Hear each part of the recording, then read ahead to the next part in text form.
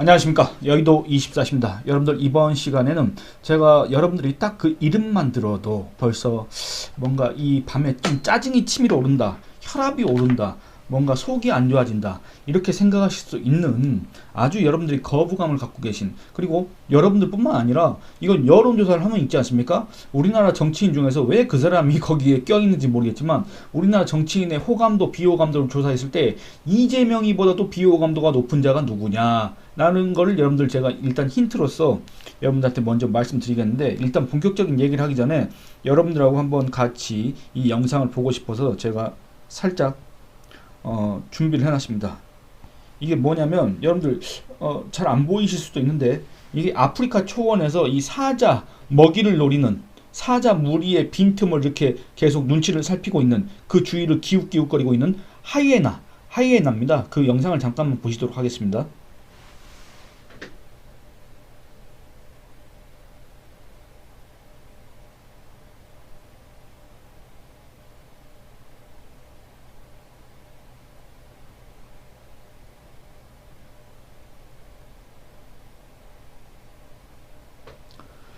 여러분들 보셨습니까? 그러니까 이 하이에나들이 지 실력은 없으면서, 사자를 이길 수 있는 그런 능력은 없으면서 어떻게 빈틈을 계속 노리다가 그 주위에서 눈치만 살피고 있지 않습니까? 다가가진 못하고 무서워가지고.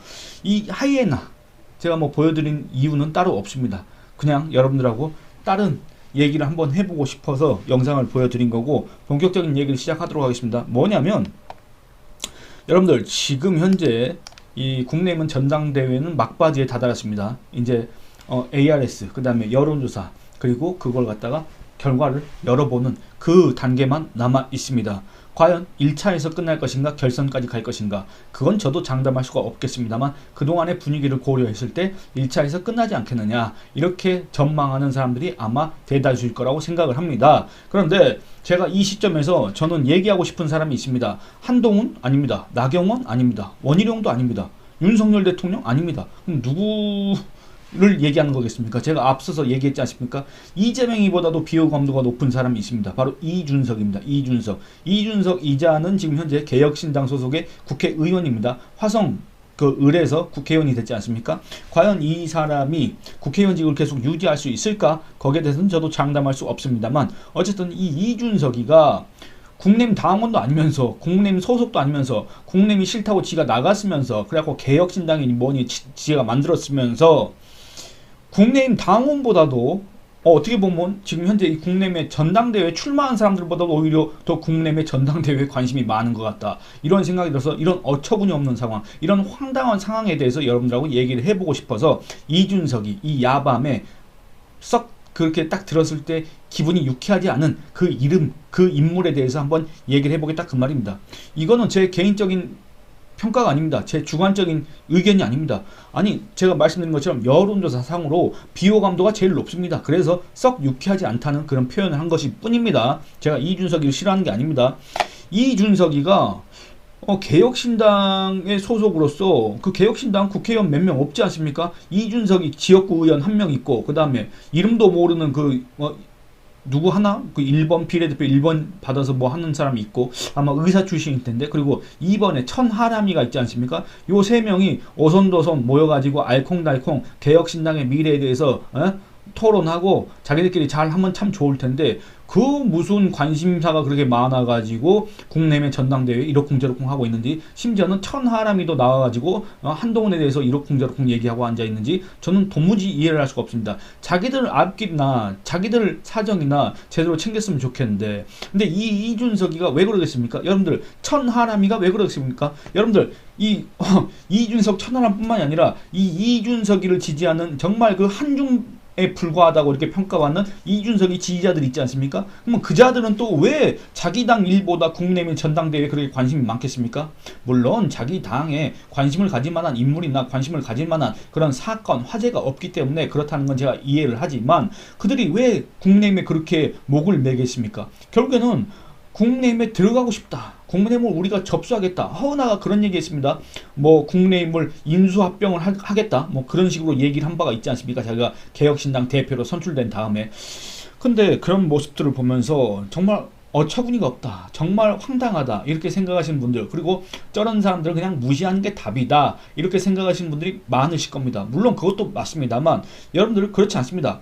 이 분명히 국내임 일각에는, 지금 현재 국내임 일각에는 이준석이하고 어떻게 해야 된다, 이준석이를 받아들여야 된다, 그런 사람들이 아직도 많이 남아 있습니다. 예를 들어서 이번 전당대회에서 후보자, 당대표 후보자로 나선 윤상현 후보는 이준석이를 받아들여야 된다는 입장입니다. 이준석이하고는 함께 해야 된다는 입장입니다. 그리고 또 원희룡도 그런 얘기를 했지 않습니까? 그리고 또 나경원 같은 사람은 이준석에 대해서 얘기는 하진 않았지만 예전부터도 이 유승민, 바른미래당, 새로운 보수당 이때부터도 유승민과 합쳐야 된다 이런 식으로 얘기를 했기 때문에 여러분들 결국에는 지금 현재 국내민 당 대표 후보자로 나선 그 4명 중에서 이 나머지 3명의 그런 어떤 정치적인 성향이라고 해야 될까, 이런 것들이 여러분들이 생각하신 것과는 상당히 좀 거리가 있습니다. 이런 사람들은 상황이 어떻게 바뀌냐에 따라서 이준석이하고 또 손을 잡을 수도 있고 그럴 수 있는 사람들입니다. 지금까지 그 사람들의 정치 이력을 쭉 봤을 때. 근데 여러분들 그런 걸 원하십니까? 여러분들 이준석이라는 자가 다시 국내에 그 간판을 달기를 원하십니까?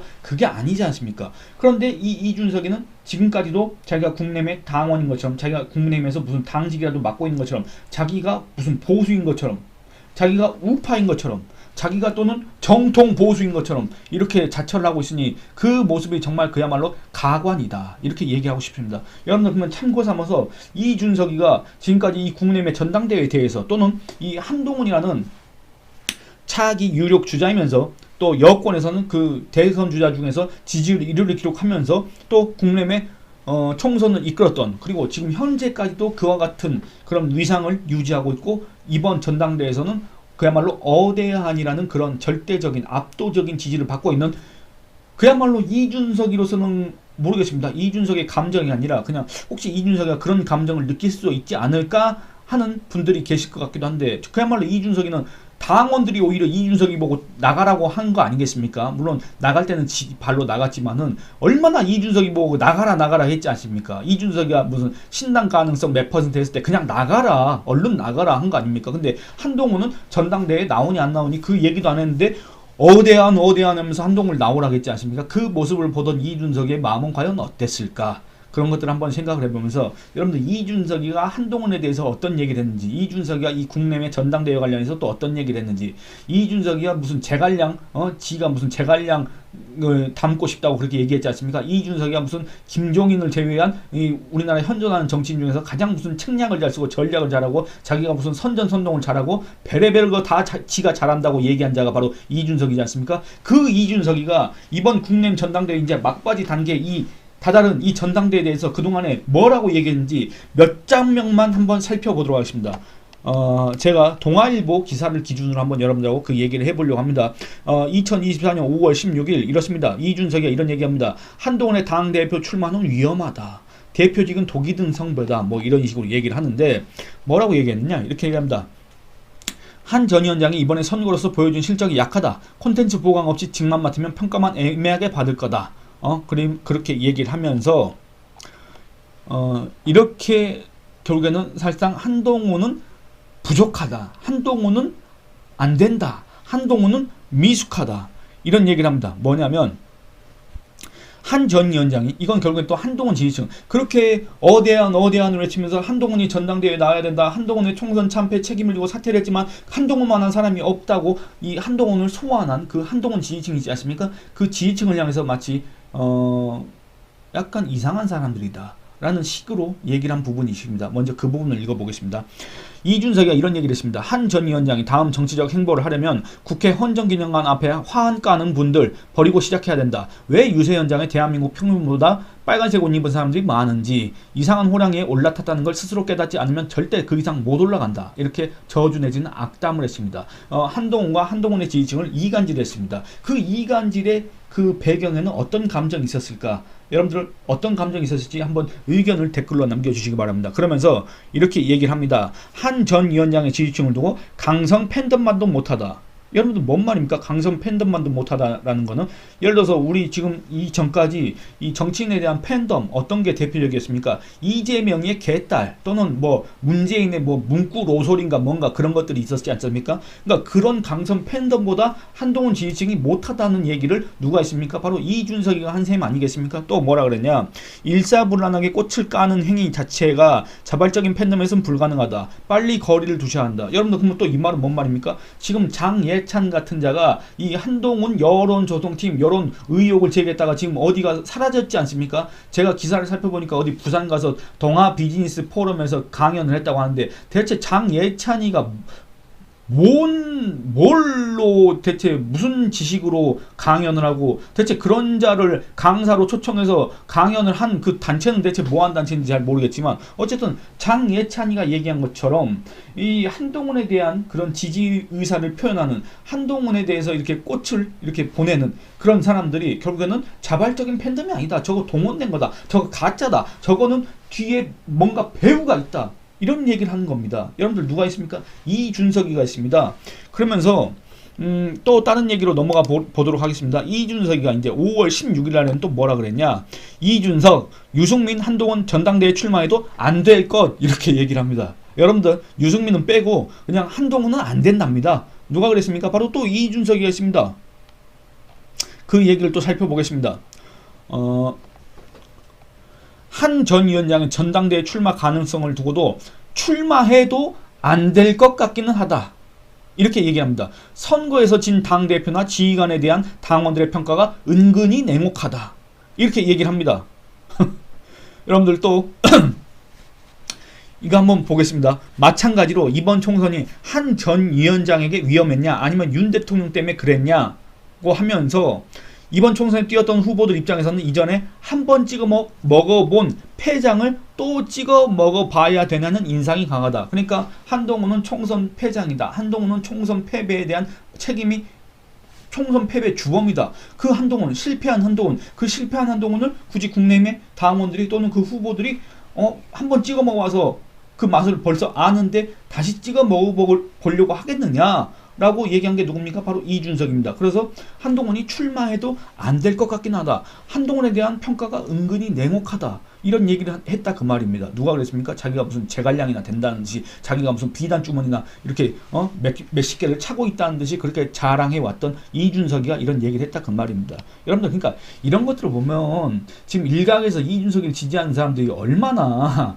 그런 사람들한테 대체 어떤 조언을 해줘야 되겠습니까? 안 그렇습니까? 이준석이가 뭐나 대단한 듯이 그래 착각을 하는 모양인데 그들이 그렇게 오해하는 그 근거가 뭔지 모르겠는데 정말 이들한테 어떤 조언을 해줘야 현실을 제대로 바라볼 수 있을까 이런 걱정 우려가 되지 않습니까? 또 하나 살펴보겠습니다. 이것도 역시 동아일보 기사입니다. 역시 5월 16일입니다. 이준석이가 또 뭐라고 했냐면 한동훈 전 위원장을 향해서 한동훈 국민의힘 전 비상대책위원장에 대해서는 이준석이가 한 전 위원장이 정치권에 나왔을 때 제가 안 긁은 복권이라고 얘기했는데 총선 때 긁어서 꽝이 나왔다. 한 전 위원장이 변하지 않는다면 똑같은 약점을 드러낼 것이다. 새로운 복권이 되려면 시간이 있어야 된다. 이 말은 뭔 말입니까? 한동훈 전당대회에 나오면 안 된다. 이 얘기를 하는 겁니다.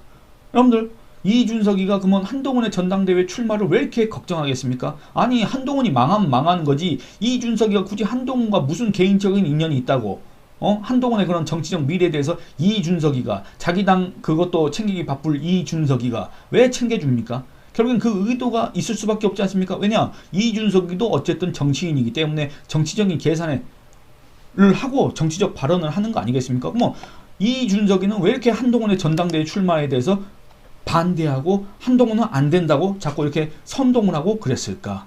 그런 것들에 대해서 여러분들은 그 의도를 뻔히 아실 거라고 생각을 합니다. 또 하나 읽어보도록 하겠습니다. 이건 또 언제냐? 5월 17일입니다. 패장 한동훈 전대 남아선 안 돼. 당혁신 실패한 사람 이렇게 얘기를 합니다. 기사 읽어보겠습니다. 이준석 개혁신당 대표가 한동훈 전 국민의힘 비상대책위원장의 당대표 출마설에 나와선 안 된다 라고 강조했다. 이 대표랍니다. 이준석이 가르칩니다. 이준석이가 17일 MBC 라디오 김종배의 시선집중에 출연해 한 번 전투에서 진 패장이 다시 선거에 등장해 당의 혁신을 꾀한다는 건 논리적으로 듣기에도 이상한 얘기라고 하면서 이같이 밝혔다. 이준석이는 정당을 대표할 수 있는 사람 중에 가장 힘이 센 사람이 총선 직전 비대위원장이다. 공천권을 바탕으로 개미 한 마리까지 내 말을 듣게 할 수 있는데 한 전 위원장이 그 막강한 권한을 가질 때 당 지지율을 올리거나 혁신하는 데 실패했다. 여러분들 이거는 사실과 다릅니다. 여러분들 한국갤럽 기준으로 얘기해보면 이준석이가 국내임을 나갈 때쯤 김기현이가 당대표를 탈퇴하고 나서 정말 이 당이 이 폐색이 짙었을 때 정말 이 총선에서는 이미 졌다라는 그런 전망들이 제기됐을 때 한동훈 비상대책위원장이 오고 나서 최고조에 이르렀을 때 이 당의 지지율이 그때 대비 7% 내지 8%포인트 올라갔던 적이 있습니다. 그 이후로 국내 지지율이 왜 떨어졌는가는 제가 여러 차례 얘기했고 여러분들도 이미 다 알고 계시기 때문에 뭡니까? 용산발 악재 때문에 그랬습니다. 그러니까 정확하게는 2월 4주차까지는 최고조에 다다랐는데 3월 2주차부터 지지율이 빠지기 시작해서 3월 4주차 되니까 이 더불어민주당, 조국당 합치고 국내 지지율 이 차이가 10%포인트를 넘어갔습니다. 그런 거 기억하시지 않습니까? 근데 이준석이는 5월 17일 날 이런 소리를 하고 앉아있다는 얘기입니다. 여러분들 이자가 과연 이런 어느 언론 매체에 이렇게 출연을 해가지고 무슨 정치 평론, 정치 분석을 할 자격 자체가, 능력 자체가 있는 사람이라고 생각하십니까? 계속 읽어보도록 하겠습니다. 이준석이가 또 이런 얘기를 합니다. 거꾸로 지금 선출된 당대표는 선거도 없다. 2년 동안 가장 흐물흐물한 아무도 말을 듣지 않는 대표라고 하면서 비대위는 못하셨는데 누구와 못했다고 하는 겁니까? 한동훈을 향해서 못했다고 하는 겁니다. 대표는 잘 하실 수도 있겠지만 가능성은 낮다. 이렇게 얘기합니다. 그리고 또 홍준표가 한동훈을 향해서 총선 말아먹은 애라고 그런 표현을 사용한 것과 관련해서 홍 시장이 체감하기로는 한 전 위원장이 본인 주변 인사들과 보수 전반 인사를 거의 1000명 가까이 저인망 수사를 했다는 것과 같다. 그 말이 사실이라면 그 당시 당대표를 할 시점이기 때문에 굉장히 불편할 수밖에 없다. 이렇게 얘기합니다. 결국엔 또 이 말은 뭔 말입니까? 홍준표의 말 이런 걸 갖다 끌어들여서 한동훈은 이 당의 대표 자격 자체가 없는 사람이다 라고 이렇게 강조하는 거 아니겠습니까? 마지막으로 하나만 더 살펴보도록 하겠습니다. 제가 이렇게 구체적으로 살피는 이유가 있습니다. 여러분들 이미 짐작하셨을 겁니다. 6월 20일 가장 최근 이 동아일보 기사인데 이준석 어대한 기류에 윤 간섭 안 하고 못 넘어가 엎어 놓을 것 이런 기사 제목입니다. 이 기사의 일부 내용을 살펴보겠습니다. 이준석이는 이런 얘기를 합니다. 한 전 위원장이 만약 진짜 합리적인 당정 관계를 구축하고 싶으면 선거 끝나고 이야기할 것이 아니라 선거 전부터 무엇을 할지를 이야기해야 한다. 제가 만약에 나가면 만약 대통령이 당무에 개입하면 저는 바로 제명하겠습니다. 라고 이렇게 얘기한 겁니다. 그러니까 한동훈 전당대회 안 나올 것, 나와선 안 돼. 한동훈 전당대회에 나와도 어려울 것, 한동훈 비상대책위원장도 못했고 당대표직도 글쎄 이런 식으로 계속 이렇게 저주 내지는 악담 이렇게 부정평가 계속 하다가 결국에는 이 한동훈의 전당대회 출마가 기정사실화되니까 한동훈 이거 다 얘기해야 돼. 한동훈 나라면 이런 얘기하는데 너는 못하지. 이제 이런 식으로 한다는 얘기입니다. 여러분들 이게 개혁신당 지지자들을 두고 한 얘기겠습니까? 아니면 더불어민주당 지지자 또는 조국당 지지자한테 이런 얘기를 한 거겠습니까? 국민의힘 지지자한테 얘기하는 겁니다. 국민의힘 지지자들한테 너네들이 그렇게 좋아하는 한동훈, 너네들이 그렇게 지지하는 한동훈 이런 얘기도 못하는 한동훈이지 않느냐. 나 이준석은 할 수 있다. 이런 의도가 읽히지 않습니까? 또 뭡니까? 이준석이가 이런 얘기를 합니다.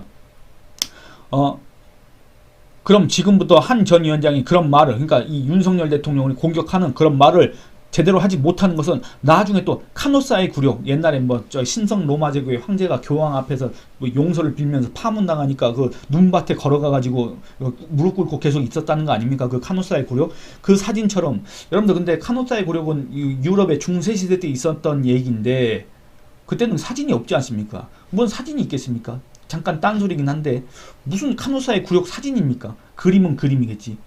정말 저는 이 이준석의 그 한마디 한마디가 이렇게 사람을 짜증나게 한다. 저는 그런 생각을 합니다. 여러분들 어떤 기분이 드셨을지 모르겠습니다만 또 이렇게 얘기합니다. 또 몽둥이 들면 거기 가서 눈밭에서 90도 인사할 가능성이 높은 것. 그러니까 이 한동훈의 그런 정치인으로서의 그런 소신, 지조, 고집 이런 것들 갖다가 그야말로 폄훼하는 그런 발언한 겁니다. 한동훈 어차피 윤석열의 꼭두각시 아니냐. 한동훈 어차피 윤석열 눈치만 보는 사람 아니냐. 한동훈 어차피 정치인으로서의 그런 소신 같은 거 없는 사람 아니냐. 이런 얘기를 한 거 아니겠습니까? 그러면서 이준석이는 뭐라 그랬냐. 여러분들 이거 정말 웃길 겁니다. 그때 당시도 아마 이거 웃으셨을 겁니다. 이 기사 내용을 보고. 이준석이가 이번에 국내의원 전당대회 있지 않습니까? 국내의원 전당대회에서 과연 누가 높은 득표율을 기록할 것이냐. 누구를 얘기했습니다. 여러분들 누구를 얘기했을 것 같습니까? 제가 잠깐만 여러분들한테 퀴즈를 내도록 하겠습니다. 한 3초 시간 드리겠습니다. 한번 맞춰보시기 바랍니다. 여러분들 이준석이가 누구를 얘기했냐면, 이준석이는 나 의원이, 여기서 말하는 나 의원은 나경원을 가리킵니다. 나 의원이 전당대회에 출마할 경우 높은 득표를 얻을 것이라고 예상했다. 누가 예상했습니까? 제갈량 비슷하다고 제갈량 자처하는 이 이준석이가 나경원이 높은 득표율을 얻을 것이라고 예상했다, 그 얘기입니다. 그는 2021년 전당대회를 언급하며 그때 나 의원이 모든 캠페인을 다 못했다. 지금 몇 년이 지나서 말씀드리지만 토론도 못했고 공약도 이상했는데 당원 득표율이 많이 나왔다. 이건 나경원을 칭찬한 것도 아니고 소위 말해서 속된 말로 나경원을 매기는 얘기인데, 그러니까 결국에는 그런 나경원을 내가 이겼다. 결국엔 이거 아닙니까? 인지도가 대한민국 정치인 탑5 안에 들기 때문에 어느 정도 득표는 나올 것이다. 이렇게 얘기를 했습니다. 여러분들 제가 이 이준석이가 자꾸 이 국내미에 대해서 이렇게 약간 비속어를 쓰고 싶은데 그게 가장 정확한 표현인데 쓰진 못하겠고, 어쨌든 이런 식으로 계속 참견하는 듯한 이런 모양새를 취하는 이유가 뭐겠습니까?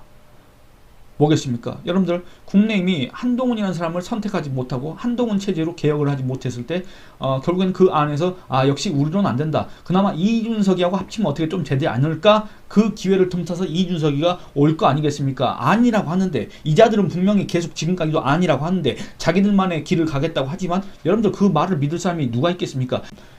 분명히 이준석이는 국내임의 빈틈을 노릴 수밖에 없고, 허은하도 그런 속셈을 밝힌 거 아닙니까? 국내임을 인수합병하겠다 얘기를 한 거 아니겠습니까? 그런데 이번 전당대회와 관련해서 저는 이 한동훈 후보 내지는 팀 한동훈이 꼭 이걸로 보여줘야 된다, 그런 생각을 합니다. 제가 그 전까지는 이 한동훈을 지지하지 않는다라고 말씀드렸지 않습니까? 근데 그건 지금도 마찬가지입니다. 다만 지금까지의 그런 기류들을 봤을 때, 지금까지의 그런 추세들을 봤을 때 한동훈 후보가 당대표에 되는 거를 갖다가 아니다 라고 이렇게 반론을 제시할 만한 근거가 없다고 말씀드렸지 않습니까? 그러면 그렇다는 가정하에서, 한동훈 후보가 당대표가 된다는 가정하에서, 그렇다고 한다면 지금 이 팀 한동훈은 과연 어떻게 될 것인가? 팀 한동훈이 어떻게 돼야 한동훈이라는 사람이 정말 그야말로 이런 이준석과 같은 자들의 이런 국민의힘에 대한 개입, 참견, 관심 이런 것들 갖다가 원천 봉쇄할 수 있을 것인가? 거기에 대해서 얘기를 하고 싶습니다. 결국엔 뭐냐면 여러분들 그 한번 기억해 보시기 바랍니다. 2023년 3월달 국민의힘의 전당대회, 김기현이가 당대표로 선출된 그 전당대회에 이 이준석이가 자기의 네 마리 말을 내세웠지 않습니까? 그게 뭡니까? 바로 천하용인입니다. 천하람, 허은하, 김용태, 그 다음에 이기인 이렇게 이제 네 사람을 내세웠는데, 여러분들 그때 당시에 이준석이 얼마나 자신만만했습니까? 여러분들 자기 말 조련하느냐고 너무 바쁘다, 힘들다, 그리고 자기가 한 사람당 10억 원에 달하는 컨설팅 그런 걸 해줬다, 얼마나 자랑했습니까? 천하람 무슨 20 몇 % 얻을 것, 최고위원도 누구누구 당선될 것, 이렇게 얼마나 언론 플레이 많이 했습니까? 얼마나 그 과장된 선전을 많이 했습니까? 근데 실상은 어땠습니까?